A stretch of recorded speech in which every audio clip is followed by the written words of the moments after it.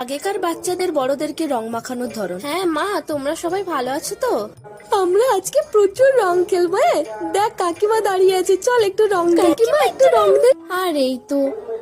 হ্যাঁ কেন দিবি না, চলে আয়। থাক থাক মা, তোরা ভালো থাক, ভালো করে পড়াশুনো কর, অনেক বড় হ কেমন। এখনকার বাচ্চাদের বড়দেরকে রং মাখানোর ধরন। আজকে সবাইকে রং মাখিয়ে একদম ভূত করে দেবো। ওই দেখ জেঠিমা বসে আছে, চল চল চল গিয়ে রং মাখাই। জেঠিমা তোমাকে একটু রং মাখাবো।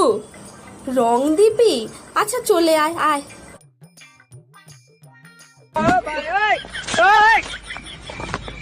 হ্যাঁ দে দে দে।